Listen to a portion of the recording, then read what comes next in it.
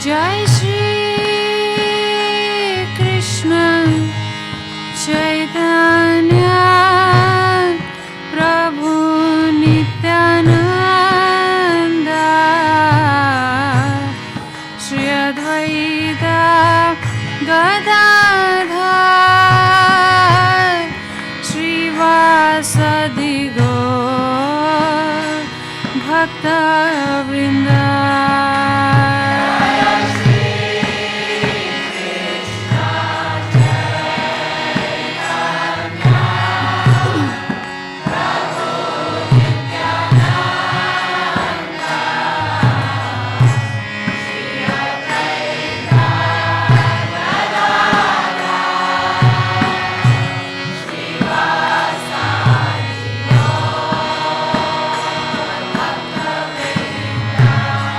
Jai Shri Krishna Chaitanya Prabhu Nityananda Shri Advaita Gadadhar Srivasadi Gaur Bhakta Vrinda.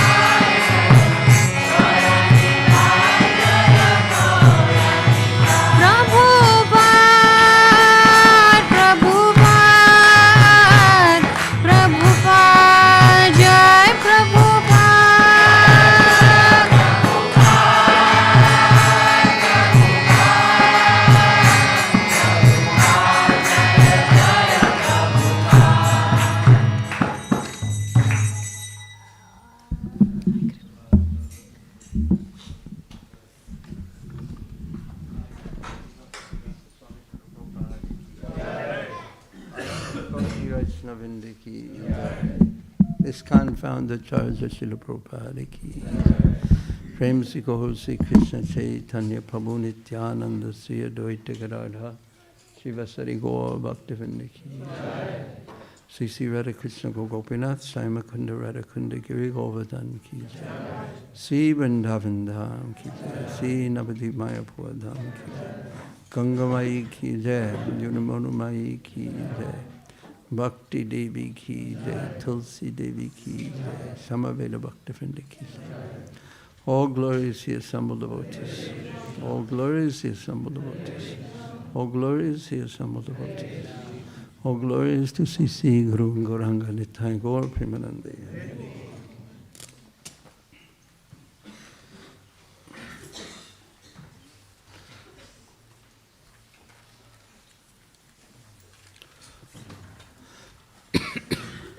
Nama Om Vishnu Padaya Krishna Prastaya Bhutale Srimati Bhaktivedanta Swamini Tanamani Namaste Saraswati Devi Guru Vani Pracharane Navasesha Samyavari Praskatya Desatarane.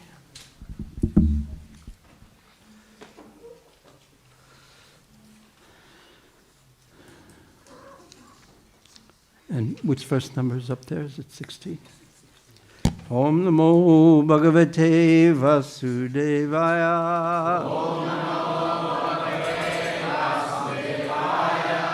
Om Namo Bhagavate Vasudevaya. Om Namo Bhagavate Vasudevaya.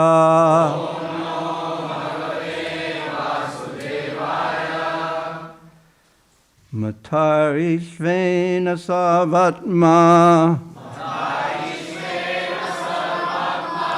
Balena Mahasojasa Avishayataya Devo Bhagavan Bhuttara Diva.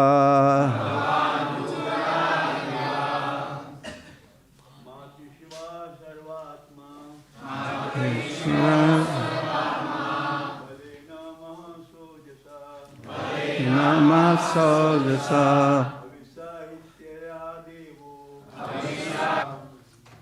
Matarishveva Sarvatma Maturishveva Satmatma Balena Mahasaujasa Vishayataya Devo Bhagavan Bhutaradiva.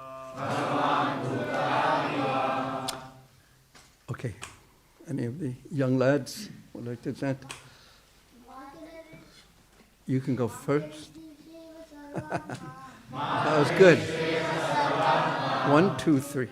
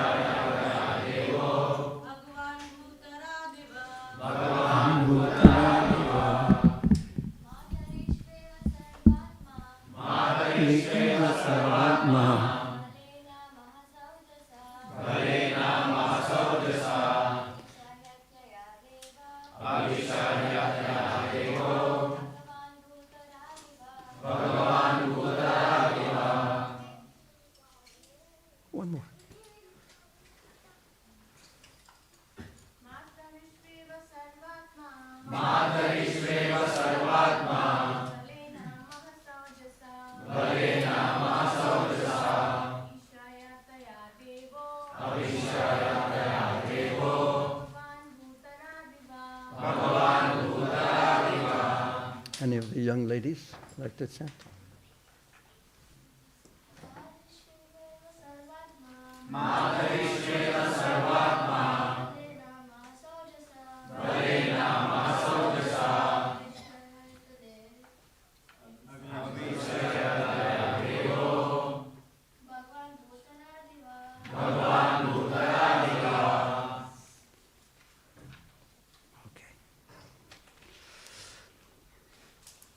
Matarisva, the air. Iva, like. Sarvatma, all pervading. So here, Srila Sukadeva Goswami is describing qualities of Prithu Maharaj as he was ruling. And this, the quality we just heard, he was all pervading like the air. Now what does that mean? Raise your hand. He's all pervading like the air. Does that mean he's everywhere? Because he's the king. What does it mean? Perhaps. Yeah. Yes. It's not the one I was thinking of, but okay. But yes, it's true. Both. Yes. Okay. What I was thinking of is not exactly his influence, but like he knew everything that was going on in his kingdom. Like the air is everywhere. He knew what was going on everywhere. Even Krishna did this, and it's also described that Lord Ramachandra did this. He used the system of spies. Spies. Yep. He knew everything that was going on in the kingdom because the king has to know what's going on in his kingdom. He has to know, not in a nasty, terrible way, but he has to know what the citizens are thinking. And this is so incredible when Krishna's pastimes are described in the 10th canto, when Narada Muni goes to each of the different palaces of Krishna. This is perhaps in the 69th chapter of the 10th canto. Narada Muni visits each of the 16,108 palaces of Krishna, and one of them he was looking to see that Krishna was separated.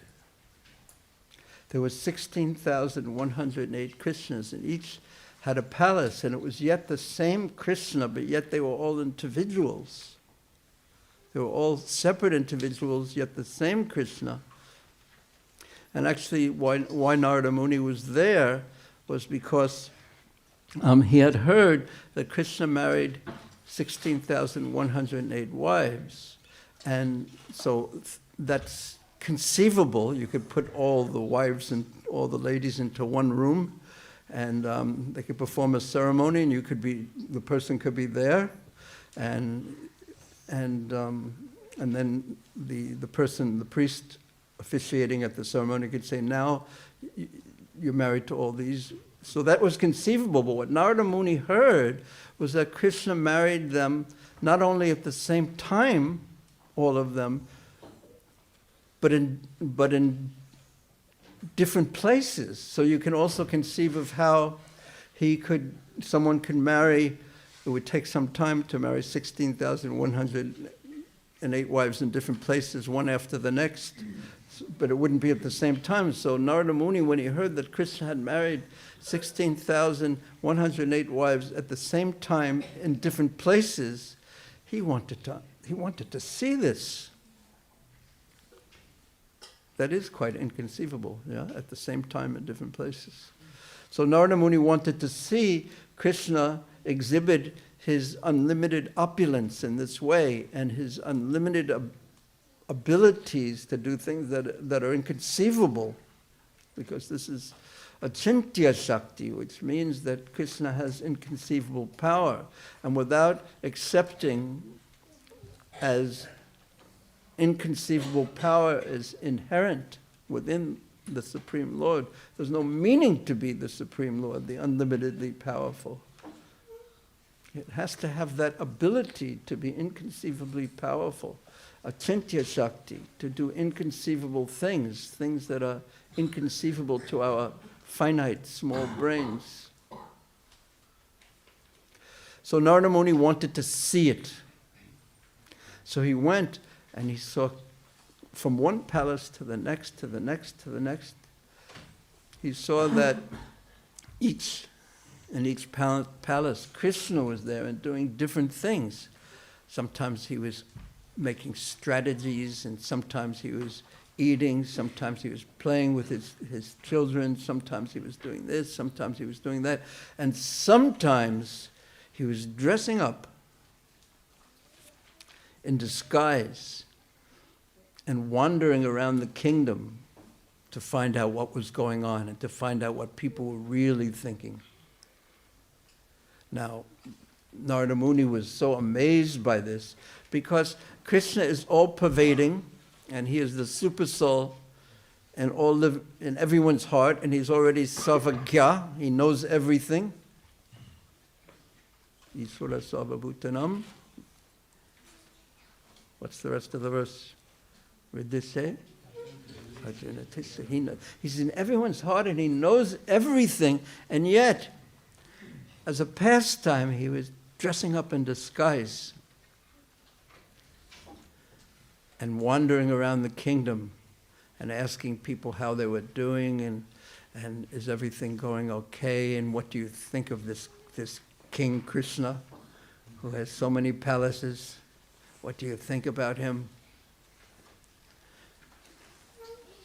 And not only would he know what's going on, he would adjust. If the people were dissatisfied about a certain thing, he would adjust it. So here it's describing that he is all-pervading like the air.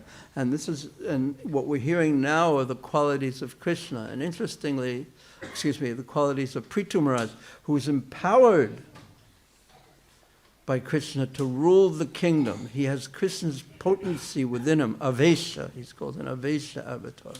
He has Krishna's potency within him to rule, to give an example that other rulers can follow as how to rule the kingdom in an effective way. Now, what does it mean in an effective way?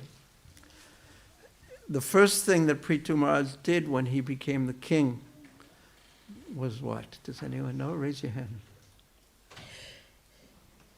Yes. Level the earth, make vegetation grow and feed the people. Yes, he made sure the people were well fed, they had food. Because if people don't have enough to eat, what will they be thinking about all the time? Well, what do you think about on Janmashtami all the time?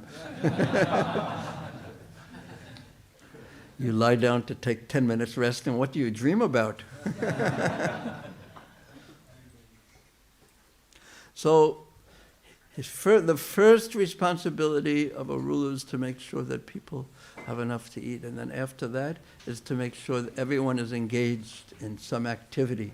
Because if there is no activity for people, meaningful activity, then the minds will give them so much trouble. And all this, the arrangements in the kingdom, they are all made so that the people can be materially satisfied to facilitate their spiritual advancement. So that was really most important for the king. So many arrangements had to be made so that people would use their lives in such a way they would take advantage of a human birth. So there were so many principles, you would call these in philosophy presuppositions. There are so many principles that were understood. And based on those understood principles that no one questioned, the king had his activities. So what were the unquestioned principles, the presuppositions? One of them was that we are eternal, we are souls. And that life has a purpose beyond the eating and the family affairs and the occupational duties and maintaining oneself. Life has a transcendental spiritual purpose. Yet those other things have to be done. The eating, the sleeping, the family, but yet they should be done in such a way, and the king ensured this, they should be done in such a way that they elevated someone rather than degraded someone. So he was like, the king was like a father, and the queen was like a mother. And they saw the citizens as their praja, as their children, and they wanted the best for the citizens. And they had knowledge, because sometimes you may want the best for someone, but you don't have knowledge, even though you may be sincere. Like one time usually when I go to the airport, Aniruddha Prabhu, he would kindly drive me to the airport, and he's an expert driver. So he wasn't present. So one devotee arranged someone else to drive me to the airport. So I asked him, is he a good driver? And he said, he's very sincere. And I became afraid. Just imagine you have to have an operation, and the brain surgeon's qualification is that he's sincere. So Prithu Maharaj not only was a sincere king, he had sincerity, and he wanted the best for his citizens, but also he knew what was best for his citizens. He was expert. He was empowered by Krishna with all these qualities. And he knew, based on knowledge, that we are souls. This was a presupposition that underlined the entire culture. Everyone knew they were eternal, and yet, according to their fate, according to their karma, they're placed in a particular situation, in a particular birth, and how to do that, act in that birth properly, so that their consciousness would be elevated. That's what people were thinking, and that's not an easy thing, as we all know, to act in such a way that's a mixture of practical, to get the practical needs of life met, and at the same time to spiritually advance. Life in the material world, especially in Kali Yuga, does not make that easy. Clearly, it does not make that easy. And perhaps we shall discuss this point a bit later. So let us just continue. So he was all-pervading, like the air. Matarisva Iva Savatma. Then Balena, by his bodily strength. So the king had to be powerful, that no one would dare challenge him. Prabhupada used to tell of the king of Kashmir 50 years ago, he would say, and that was in 1970s, so that means 100 years ago. The king in Kashmir was so strong and so powerful and so strict that if the law was that if you saw something, even if it was very valuable, lying in the street that someone had dropped, no one would touch it. You were not allowed to touch it, even if your intention was, I'm touching it to give it back to the person who lost it, because everyone will say that when they're picking it up and putting it in their pocket. So even if that was your intention, you could not touch it, and there was and in those days, Prabhupada explained that you could, if you dropped something or lost something in the street, then you could come back in 2 hours or 2 days and it would still be there. Which is very different from another story that Prabhupada told, is that this is a way of thievery and trickery and bahut chalu behavior. That he said that this was something that he must have observed in Calcutta at some point, that there were people would say, they would walk around in a crowd and say, "I lost my diamond ring. Did you see my diamond ring? I dropped it over here. Did you see my diamond ring?" And people say, "No, I didn't see it." And then that person would be looking everywhere for his diamond ring. And then someone would walk over to him and say, "I have this diamond ring for sale. I'll give it to you very cheaply." It was only a piece of glass. They'd be working together. Very clever, yes? So, very different system, very different style, very different behaviors. So Prabhupada attributed that very moral, honest behavior in Kashmir to the strength of the king. So Balena, he was very strong. And Mahasa Ojasa, by courage and power. So he was a real Kshatriya. Not only was he powerful, but he was courageous. Not only was he strong, he was powerful but courageous. He would challenge. And we see this in Maharaj Parikshit in the 16th or 17th chapter of the first canto, when he confronted, when someone was, this Kali was beating a bull, and he confronted him. He pulled out his sword, and he said, "You dare do this in my kingdom? No one can do this in my kingdom. To give trouble to an innocent creature for no reason. You're giving trouble to an innocent creature, what to speak of a bull who is Dharma? You cannot do this in my kingdom," and he was ready to kill him. So this is courage to confront. If you've ever gone to in Jaipur, there's a museum of the kings of Jaipur, the previous kings of Jaipur, and they have some of their artifacts. They have the weapons and things like that, all kinds of weapons. And also one of the kings that they have one of his jackets.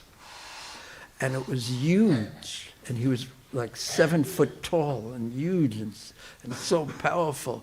So if he tells you to stop doing something and he has his sword out and he's 7 foot tall and he's huge and powerful, you know that you have to stop.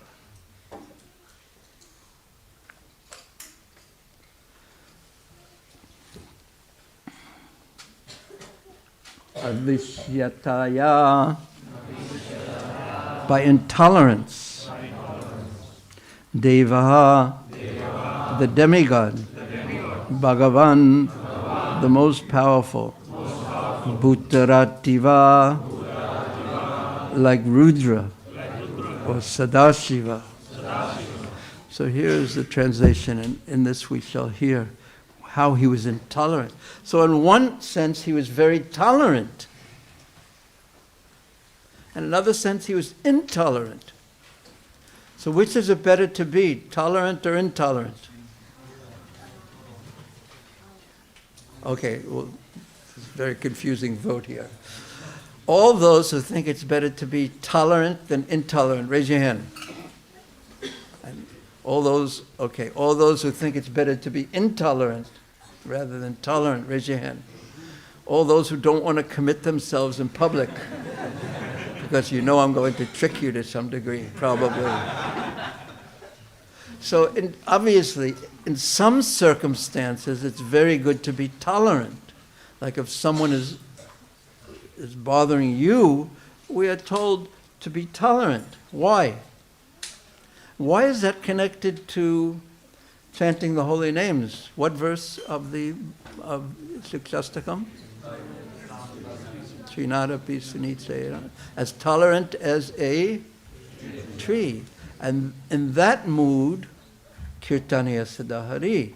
So there's such a connection by being tolerant, of being tolerant and being able to chant. Now what is that connection?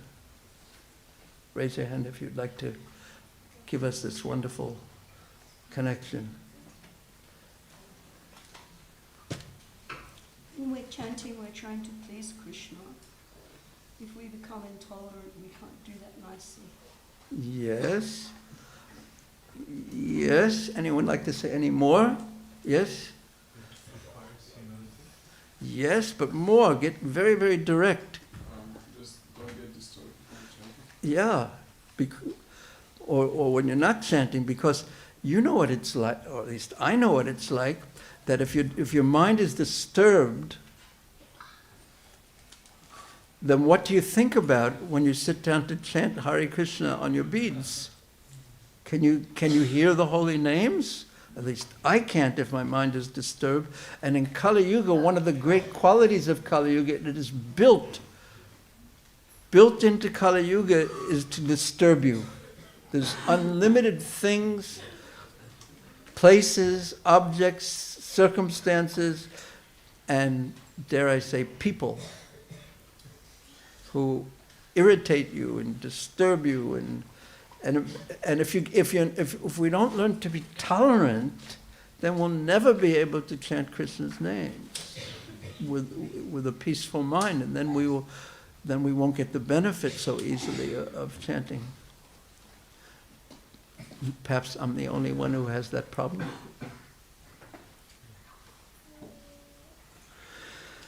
So, in his bodily strength, this is the verse, and after I read it, I'm going to ask you to repeat it, and then after that I may even ask you if you remember anything. In bodily strength and in the strength of his senses, Maharaj Prithu was as strong as the wind, which can go anywhere and everywhere. As far as his intolerance was concerned, he was just like all-powerful Rudra, like the all-powerful Rudra expansion of Lord Shiva or Sadashiva. Please repeat. In his bodily strength, and in the strength of his senses, Maharaj Prithu was as strong as the wind, which can go anywhere and everywhere. As far as his intolerance was concerned, he was just like all-powerful Rudra. Excuse me, he was just like the all-powerful Rudra expansion of Lord Shiva. Or Sadashiva. So there's a time to be tolerant. When something is disturbing me, I should be tolerant. But there's a time to be intolerant also. Like if someone is disturbing, giving trouble and causing some of, for example, the young children, our children in the community. We don't say, Mahaprabhu said we should be tolerant as a tree and let the children be disturbed. No, it's our duty to protect them. We must be very intolerant of something like that. So, when to be tolerant and when to be intolerant. When to act, when to not act. When to raise our hand, when to be quiet, when should we speak, when should we not speak. These kind of discriminations take intelligence, take even wisdom, when to apply what principle to apply to each and every occasion. This takes wisdom. There's gyan, which means knowledge, and then there's vigyan, which can be translated as science, or it can be translated as wisdom. So wisdom is the to know what principle to apply in a particular circumstance. So it's applied knowledge, applied knowledge to life and reality. Now, which is it easier to be? Is it to be easier filled with knowledge, or is it easier to be filled with wisdom? Raise your hand if you know this answer to this obvious question, or the obvious answer to this question. Raise your hand if you... Thank you. Which is easier? It's easy to know, difficult to apply it. Yes. Okay, maybe I'll say it. I'll be tricky in this one. That's what I was thinking, actually, but then when you said it, I thought I should be tricky. It's hard to know, and it's also even harder to be wise. But that's what I was thinking, to tell you the truth. It's difficult to be wise because life is so complicated. It's so much easier if everything is just black and white. You know, it's either this or it's this. But when we have to live our life, it's so much more complicated than that. There's 2 points on this side, there's 3 points on that side, there's 5 points on that side. So one has to be wise, or not has to be wise, but being wise is not easy. I mean, not that I would know, but being wise is you have to think of this point, and then you have to think of this point, and you have to think of this point and this point, and then worst of all, you have to make a decision. How am I going to proceed? Because if it's just black and white, then it's easy. I just go one way or the other, and then gain everything. But wisdom means that you have to understand that if you go left, you lose the benefit of going right. And if you go right, you lose the benefit of going left. So sometimes you can just stand in the middle of the road for like hours and hours and hours trying to figure out, should I go left or right, which is dangerous if a car's coming. And sometimes we have to make decisions, and there's not enough time to just wait until we figure everything out. So then what do we do? This is not on the topic of the class exactly, but what do you do when you have to make a difficult decision and you're not really sure what to do? What do you do? Raise your hand if you can help me with this. Yes, thank you. Take guidance. Take guidance. But what happens if you're in the middle of the road and a car is coming and you decide to call your best friend up who's always not let you down? Yeah, that's a good general principle, but sometimes we can't do that. Or sometimes, even worse than that, people give us guidance, we ask someone for guidance, and then we don't like their answer. And Prabhupada, in this room, he actually said in front of Radha Ballabha, he said that you should not ask a sadhu a question if you're not going to accept his answer. He said that in this room. He said, don't waste his time.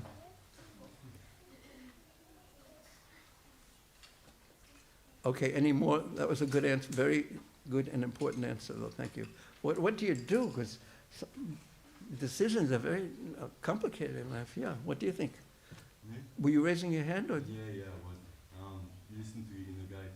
listen to your inner guide. And that's the problem. Yeah, you should listen to your inner guide if you have the right, if you have his, if your inner radio is tuned to his frequency. That's perfect. But what happens if one voice says one thing and another voice says another thing and things like that? Flip a coin. Can I just add something to that? Yes, sir. Yeah.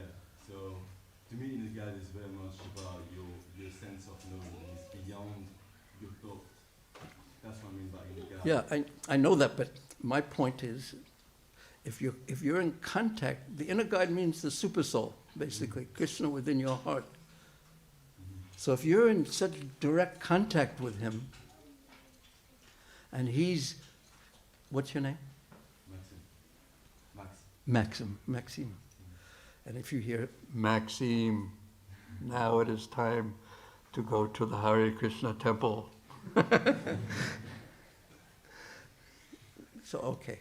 But sometimes, when the mind is disturbed and things like that, it's not so easy to contact.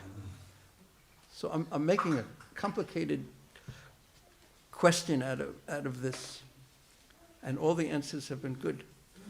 but I'm doing that for a particular reason, and the particular reason is because this is the circumstance we usually find ourselves in. So, anyone, one last suggestion? Yes? So in a situation where you don't know what to do, you chant Hare Krishna. Well, that's good too, actually. Okay. Safe answer too. In this group, yes. Last, okay. Yeah. But what happens if you have to act? Well, I'll tell you my conclusion in this anyway, is you use, oh, I can't resist. Yes, Prabhu.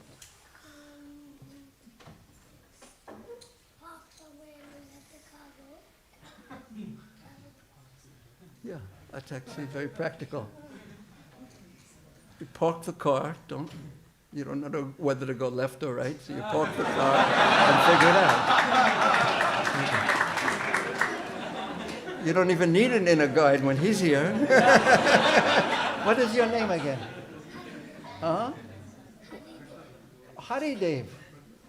Okay, Hari Dev. You have a mobile phone number?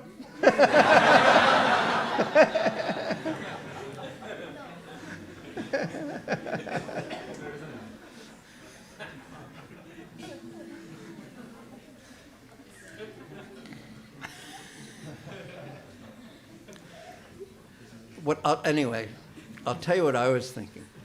I was thinking you use all the things that everyone suggested, and sometimes you're still not really sure what to do, but you have to act, so you have to act, so you pray to Krishna, you make your decision, either based on your intelligence or whatever you're gonna do, you're not 100% sure. You make your decision and then pray to Krishna and say, I want to serve you, Krishna, and this is the best I can do under the circumstances, and make this decision. But I'm not attached to the decision particularly. What I'm attached to is pleasing you. So if you want to adjust my decision, if you think it's not the best decision, if you want to make an adjustment, please, I beg you to do so. But this is what I'm going to do based on what I understand. That's how I deal with try to deal with those things. But I also do what Hari Dev said when I'm driving the car. Park. So, he was just like all-powerful Rudra, an expansion of Lord Shiva. And that's in his intolerance, because Lord Shiva can get extremely angry. So there's times for anger too. There's times for anger when the devotees are being given trouble. One should also become angry at that. This is the words of Srila Prabhupada and Srila Narottama Das Thakur. When people are envious of the good people, then it's legitimate to become angry at them. And it's also legitimate to become greedy sometimes. And the kind of greed that Srila Narottama Das Thakur mentions won't entangle us in the material world. That kind of greed is tatra loyam api mula mekalam. That how will I learn to love Krishna? I've spent so many births, so many years in this life, and I have no love of Krishna. I'm greedy for so many other things. I have so many other desires, but I don't really desire to love Krishna. That desire is not burning in my heart. How unfortunate I am. May I one day develop that type of greed?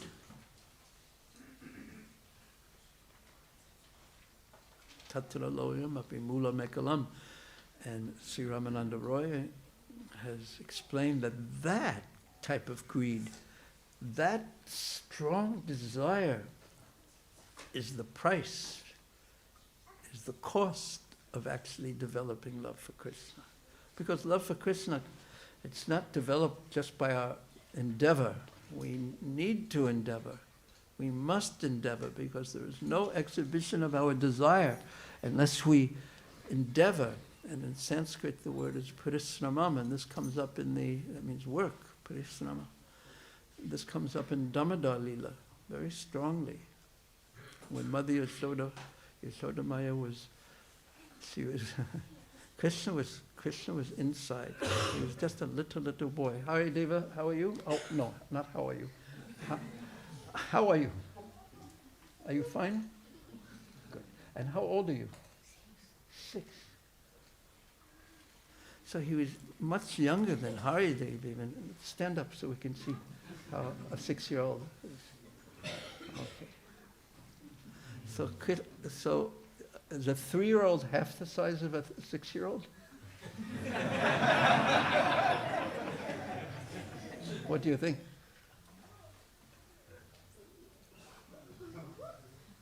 Because he's thinking half the size in numerical figures in age. Very intelligent. Okay, sit there. So Krishna was he was so young, maybe a little older than 3, and he was inside sleeping, and his mother was, we all know the pastime, she was churning butter, and even though she was the queen of Vrindavan, she would churn the butter herself because all her servants were busy. And sometimes you just, out of love, she just wanted to do this herself, so she would do it in exactly the way that would please Krishna. So her whole mood, and it's said that she would there's a special kind of cow called the Padma Gandha that had the fragrance of. Do pen tops taste good? Just curiously. Just wondering. And so she would take Padma Gandha cows that were so fragrant and they gave the best milk, and she would feed them the softest, most fragrant and tasty of grass. And then with that milk, she would take that milk, and then she would churn that milk into what? Butter. And yogurt. Yogurt and butter. So she was churning, and as she was churning, because there was natural love that she had for Krishna, for the Supreme Lord,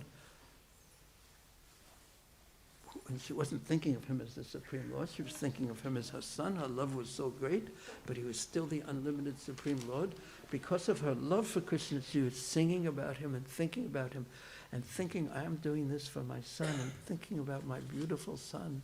And he's so attractive, and he's so wonderful, and she's singing about all the things that he does.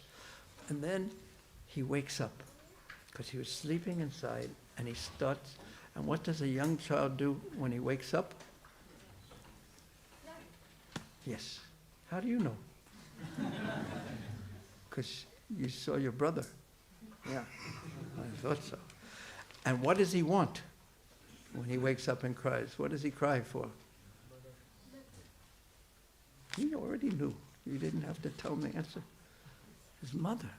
So his mother was outside, and she heard him crying, and her mind immediately went to him, and then he came out crying and held on to her and pulled on her sari as she was churning, telling her that she should stop the churning and turn to him and feed him her milk, breast milk. So immediately she was so, because the mother's breast milk is her affection for the child, is the liquid form of her affection for the child. And that is so nourishing on the physical level, on the emotional level, on every level. It's liquid affection. And therefore, she was feeding him and so much.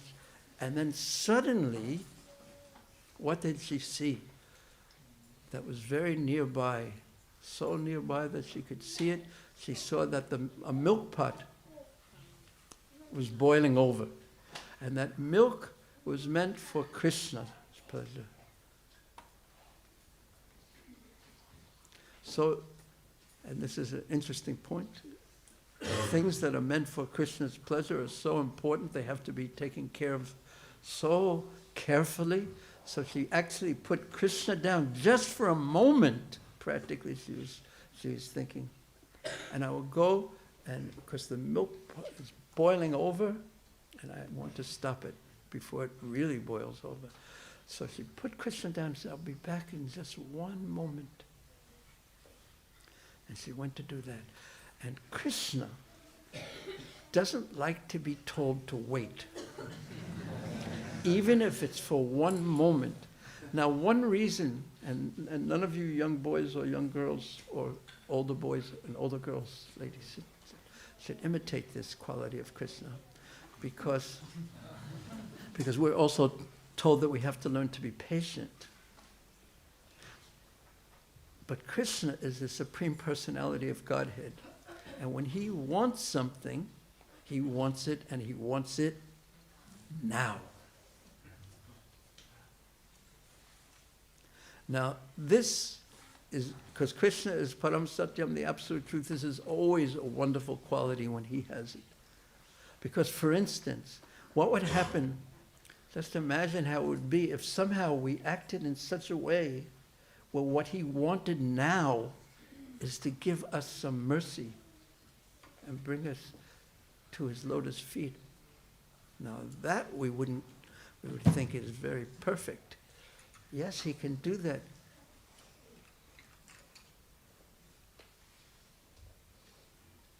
But at this time, just for the exchange of love between him and his mother, he was very angry that his mother put him down. So what did he do? We all know he went and, well, maybe not all of us, but most of us know. He went and he took a rock and broke the pot of butter. And he was crying. Why was he crying?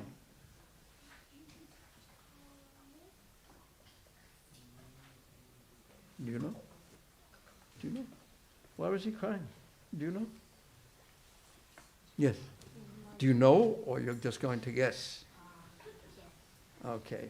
Who knows why he was crying?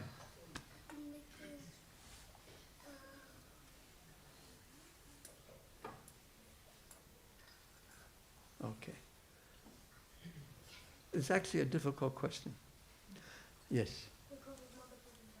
Yes, that's an easy answer to a difficult question. But the mentality, we all know, is when someone does something to us that we don't like, we cry and blame the other person. Even if we did something to make that person act in that way, we tend to always blame the other person. Do you do that sometimes? It's always the other person's fault? Do you do that sometimes? Sometimes, okay. Well, I also do it sometimes, and probably more than I would like to admit. So in any case, Krishna was crying because after all his mother had told him to wait for one moment as she turned off the milk. He was a very restless young boy. So he broke the milk pot, and then he ran away, and he was feeding butter to the monkeys. And Mother Yasoda came out, and she saw him, and Krishna was looking around everywhere, looking around. And this is so amazing because, again, he's the Supreme Personality of Godhead, but his mother's love for him, her love as a mother loves a son, made him act just like a little boy, practically speaking, and his nature of sarvagya and his omnisciency. What does omniscient mean? Yes, he's all knowing. What does omniscient mean? What does omniscient mean? Yeah, I asked one devotee, an adult devotee, what do you remember from yesterday's class? And he said, omniscient means all-knowing. I said, oh, very good.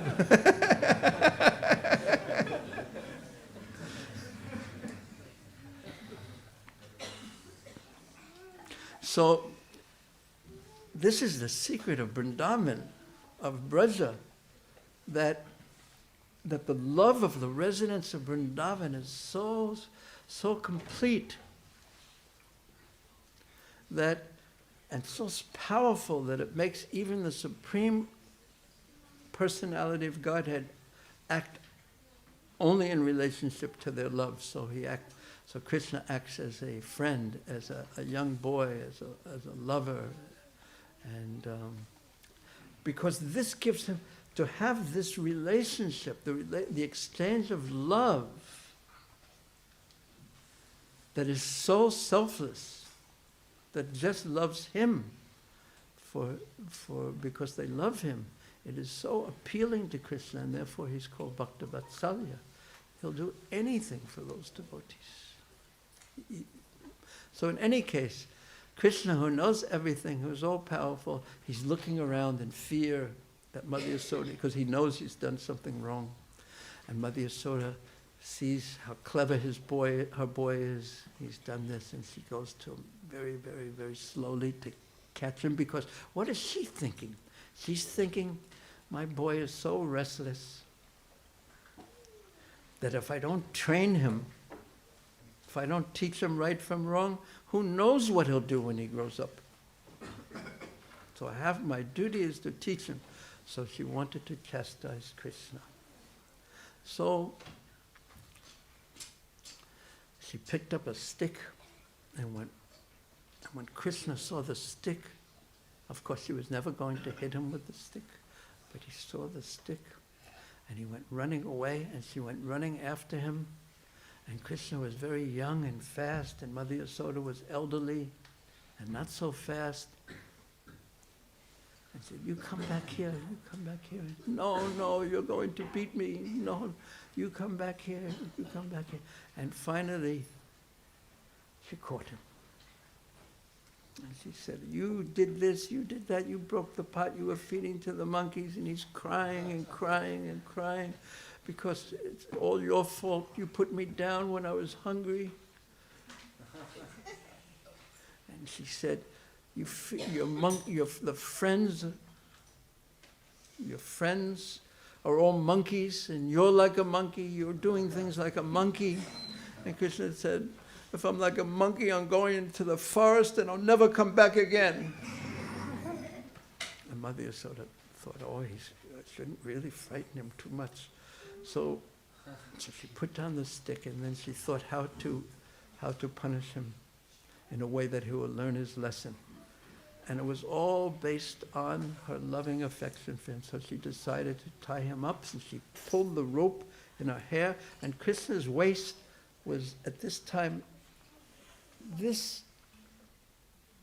wide only this wide. And she took the rope that was tying her hair, and she couldn't get it around his waist.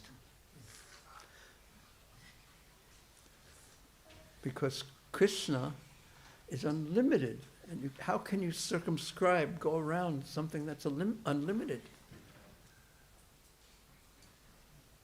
This is Krishna's Achintya Shakti, his inconceivable power. He's unlimited. So she thought and it was, as we know, this much. 2 fingers. Yes, 2 fingers too short. So she got more ropes, and got more ropes, and got more ropes, and more ropes, and more ropes. And no matter how she tied the ropes together and tried to bind Krishna around his waist. And amazingly, inconceivably, it was always 2 things amazed her. One was his waist was only this wide, and still no matter how much ropes, you couldn't go around him. And also the second thing was that it was always the same amount too short. 2 fingers too short. And Mother Yasoda was thinking, I don't care if it takes the entire day and night. I'm going to find out, I'm going to bind my son. She was so determined. And the ladies in the villages went over to her and said, "Oh, Mother Yashoda, it doesn't seem to be the desire of Bhagawan that you tie him, that he be punished. So we know that he's naughty, but I think it's better that, no, I'm going to teach him something." So when Krishna saw his mother's hard work, his intense desire, her intense desire to serve him in this way, because everything in Braja and everything in devotional service is really service. No matter what it appears from the outside, everyone's mood is this is how I love Krishna. This is how I express my love for Krishna.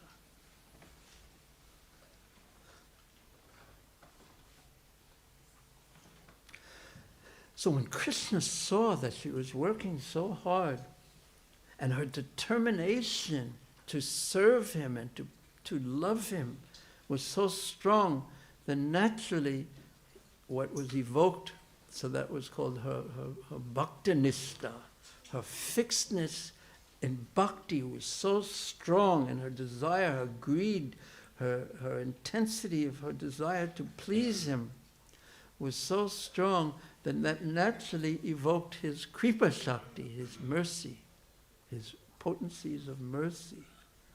And that allowed him to be bound. That allowed the unlimited to be bound. And in fact, that's the point that we are making, that it takes that endeavor, and our great teachers, the great acharyas have commented extensively on this. It is not that our determination and our hard work can bring forward Krishna's mercy, because again, he can do anything at any time. And we said that he was intolerant. So that means he could do whatever he wants, something done now. So he can immediately give us so much mercy, unlimited mercy, immediately. It's not that we can do anything from our side that can force him to do that. But his mercy is evoked when he sees our strength of desire to love and serve and please him.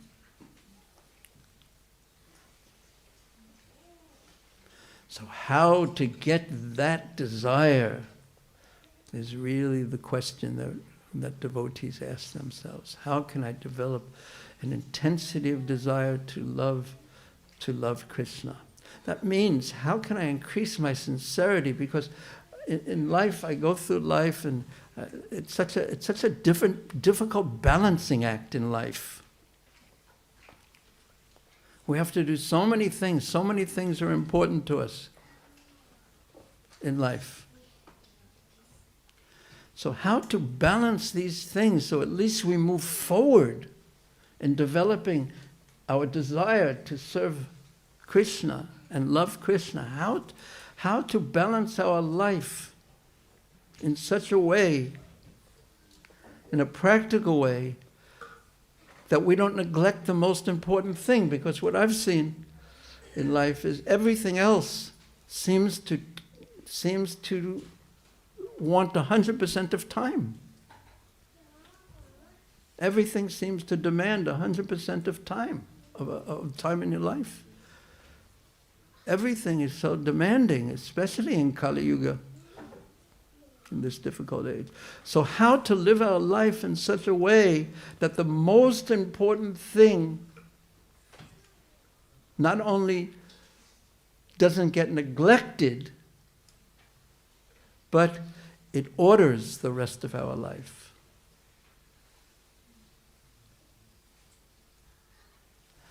Because there's so many responsibilities we have. We have the family responsibilities, we have the financial responsibilities, we have our health responsibilities, we have this responsibility, we have that responsibility. So how to keep the proper balance in our life so that we're actually always, we're always moving forward always moving forward in our increase of desire to love Krishna. This is the art of living, actually. One way to do it is in order. So first I'll take care of this part of my life, then I'll take care of this part of my life. First I'll get the finances together, and then the family together, and then I'll get this and this, then I'll do that and that. And then when everything else is done, then I will take my spiritual life very seriously, I promise. But the problem with that way is that we never get around to it, because we never will get around to it. Or we relegate it. We relegate it. This % for spiritual life, and then this for this and this and that. But then we find, as I have found, that one day we wake up and we find ourselves quite elderly.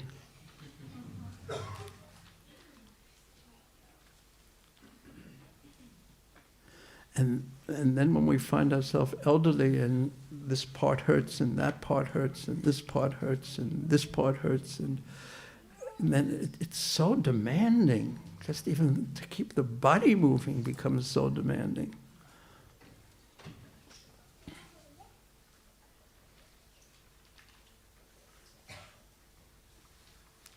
So one, of course, we can't talk about this point, what to do individually, how to, but I will say that Chaitanya Mahaprabhu is very merciful in Kali Yuga, and he gave the kirtan of the holy names, the Sankirtan of the holy names, that somehow or another, whatever fate our life, our karma has given us, we should chant Hare Krishna, and Radha Ballabha have come, Gaura Nitai have come, Jagannath, Baladev, Subhadra Devi have come, by the mercy of Srila Prabhupada, they've come here so that we can come and look at them every single day and take a picture, and not as much with our mobile phones, but with our mind, and remember them during the day.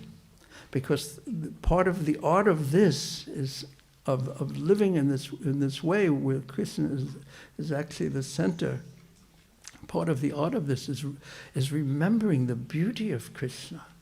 Mother Yashoda didn't have to think, now I should remember the beauty of Krishna, because she was on the platform of, she spontaneously, continuously, always remembered the beauty of Krishna. While she was doing her work of churning the butter, she was remembering Krishna, because that is the nature of love.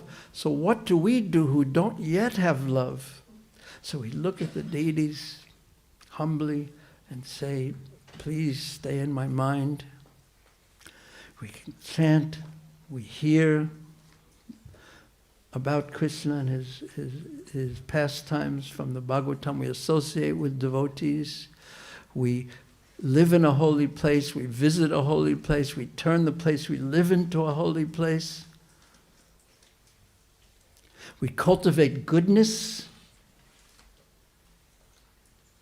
Try to avoid passion, and especially try to avoid ignorance. And this, even this, in one sense, simple thing, which isn't directly Krishna conscious even, the mode of goodness. In Kali Yuga, it's so difficult because the society, the whole world around us is going in exactly the opposite direction from goodness. And it follows us in our pocket, in the form of the mobile phone too. Everywhere we go.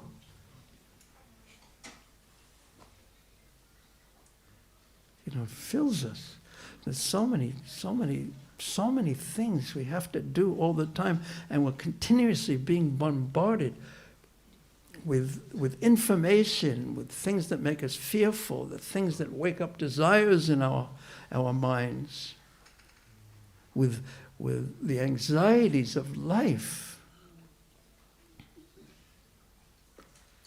So it's very difficult to even cultivate goodness in Kali Yuga, to be peaceful.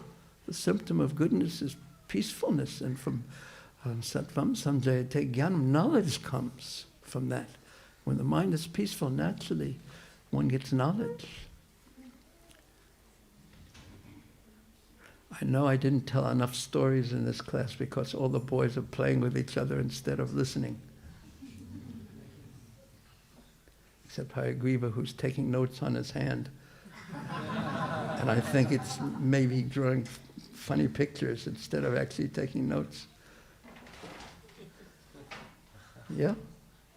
Is it true? How many points did you write down from this class?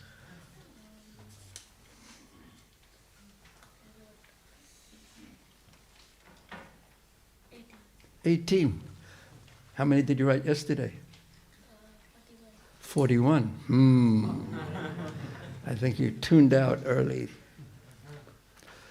But yeah, it's quite a challenge how to balance one's life in Kali Yuga and how to live in such a way that we don't miss the opportunity that Krishna is giving to us, because so many alternatives will clearly be presented to us.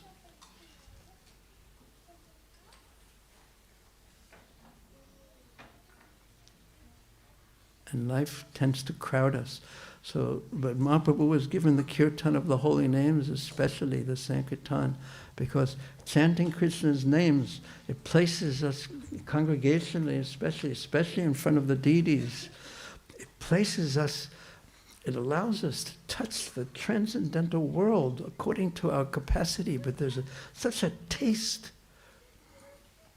from that that's not available in the material world. The heart can be touched. There's a sweetness. It gives us, it is the life that we are longing for. Anandam Bhuti Vardhanam.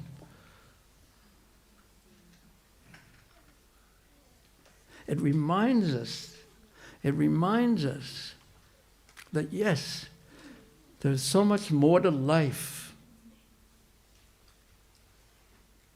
that I have. And I want that. So the more that we can remember Krishna, the more that we can chant, the more we can do these items of devotional service, the more we can touch transcendence with our consciousness and service, etc., the more fortunate we are, and the more that desire will increase. So this is the great challenge of life, how to organize one's life, how to organize my life, so that I use it to its greatest fulfillment of moving forward in my quest for the great jewel, most valuable jewel of love for Krishna. And Prabhupada, we wanted that. He came and sat right there. And he brought Radha Ballava here, and he brought the deities here, Gornitai, just so that we'd have an opportunity to see them, to serve them, to pray to them.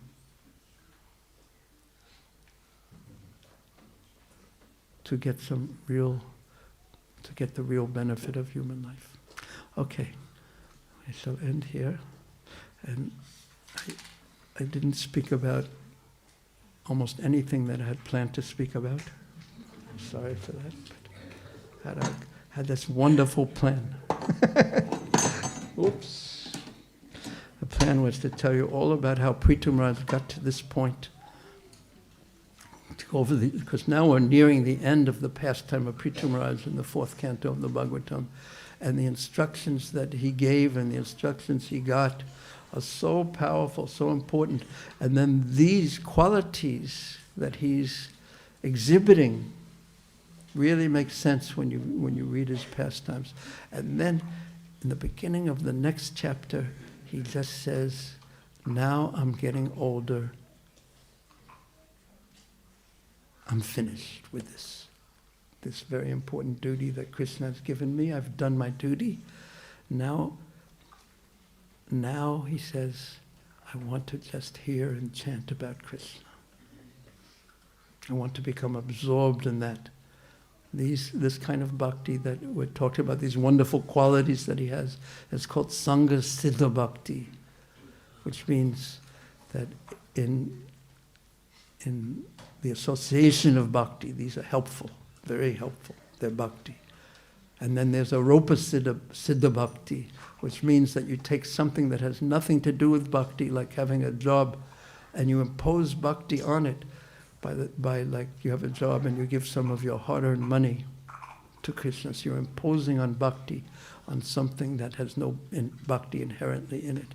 And then there is siddha bhakti, which is the real powerful forms of bhakti, like hearing, chanting, remembering, worshipping the deities, doing direct service. So he was saying basically, at a certain point of his life, I want to focus on this kind of bhakti. So he retired from his kingly position and he went to the forest and performed austerities and chanted and heard about Krishna.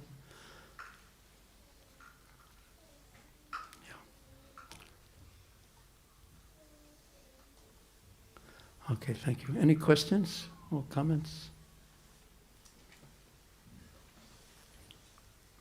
Yes. Prabhuji, does it really affect mind differently? The action, which is the intolerant action, does it really affect mind differently when it is for defending someone or for one's own self? It depends on the mind. In other words, if the point is that you put Krishna in the center. So one will bring you closer to Krishna because he's actually the engine driving the intolerance. This is not pleasing to Krishna. He wants me to act.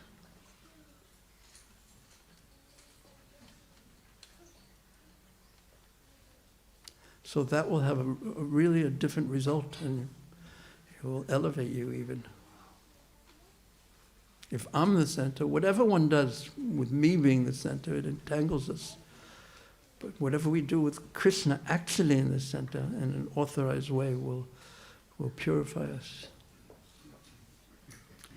Do you have any experience of that in your life?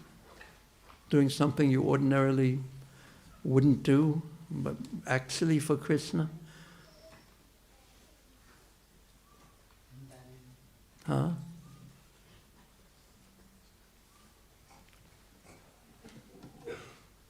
But that was the theoretical answer based on the philosophy, but there's lots of practical experience. Any other questions or comments? Yes. Thank you.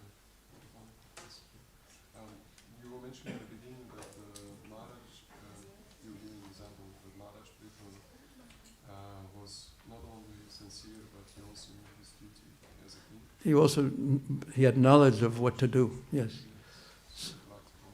And then you were giving an example of a surgeon whose sincerity is not enough, you also have to practice knowledge. So does it also apply to chanting Hare Krishna, or is sincerely and offenseless chanting is it sufficient to achieve Krishna?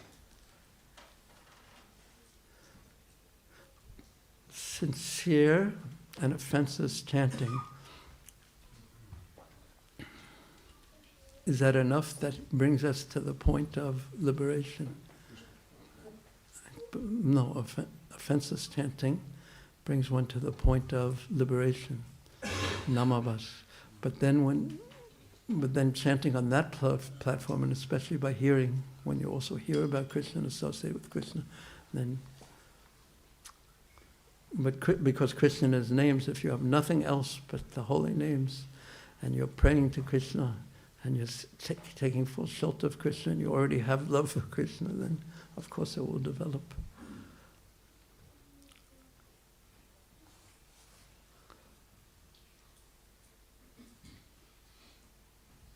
But naturally, if you are chanting Krishna's names, then you'll hear about Krishna too. It's natural. You want some content to your thought about Krishna to be there. It's natural. If you love somebody, you naturally want to know about that person. It's natural. Is that okay? Hare Krishna.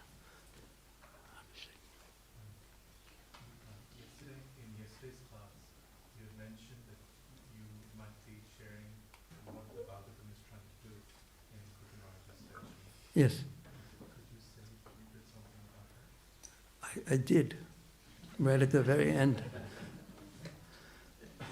The progression, it goes from in the first part, when Preeta Maharaj talks about irreligion, first Preeta Maharaj is glorified, and the answer was, no, don't glorify me when I'm born. After I perform the activities, then glorify me. So here, in this section, he's already performed his activities and the glories are being spoken. But then he performs a sacrifice.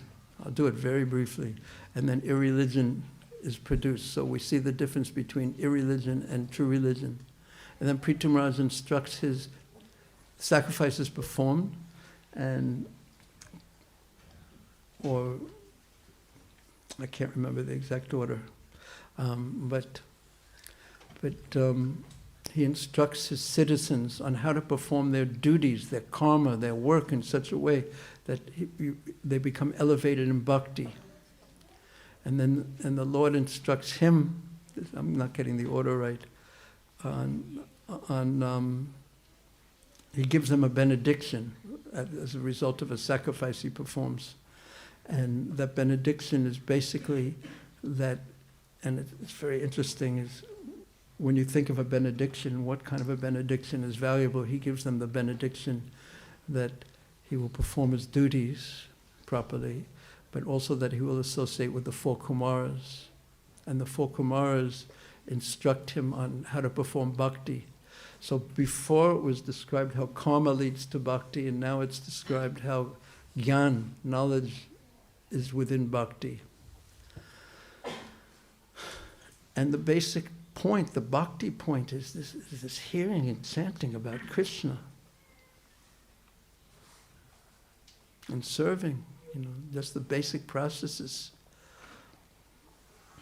And then he performs his duty. He goes through his life in one sense, and he performs his duties, as we're hearing, using these great qualities that he's been benedicted with. He performs his duties, but even then at the very end of his life, he says, enough. I just want to focus on hearing and chanting. Because these are the real powers that drive our bhakti. They make our devotion grow like water makes a creeper or a plant grow.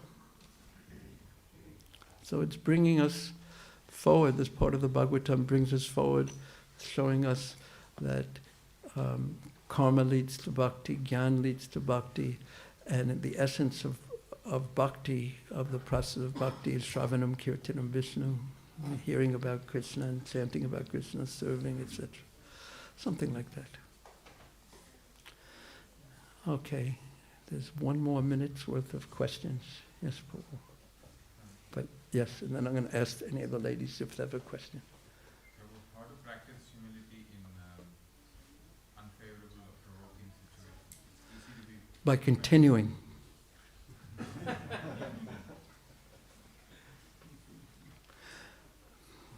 Yeah. That'll make you humble. You'll find out you're not the center of the universe very quickly. Because after all, we're insignificant. There's billions and billions of living entities. How many humans are there in this world right now? 7 billion. And how many living entities are there? I mean, yeah, so many. Yeah, so many. It's like billions and billions and billions and billions. And here I think I'm the one who's the most important. So you just try to do any service, steadily, every day, and you will become humble. If that becomes your focus, that will make you humble.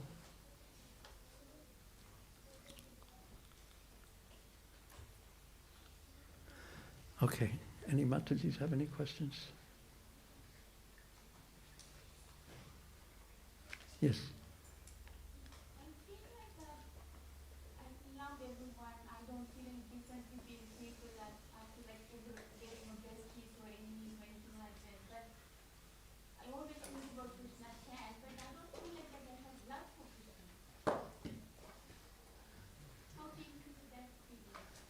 How come that feeling is there? Or how can I develop the love for Krishna? Because I feel like I always stand and think about Krishna every time. And my people, I always love it, but I don't see any difference. But how come you do see a difference? You love everyone, but you don't love him? I think you have an appointment right after class. You go and tell him your problem. He's the perfect person to solve this problem. But you have to tell him very sincerely that I don't have love. What to do? Will you please help me develop love for Krishna? But before you ask him, you have to become determined to accept his answer.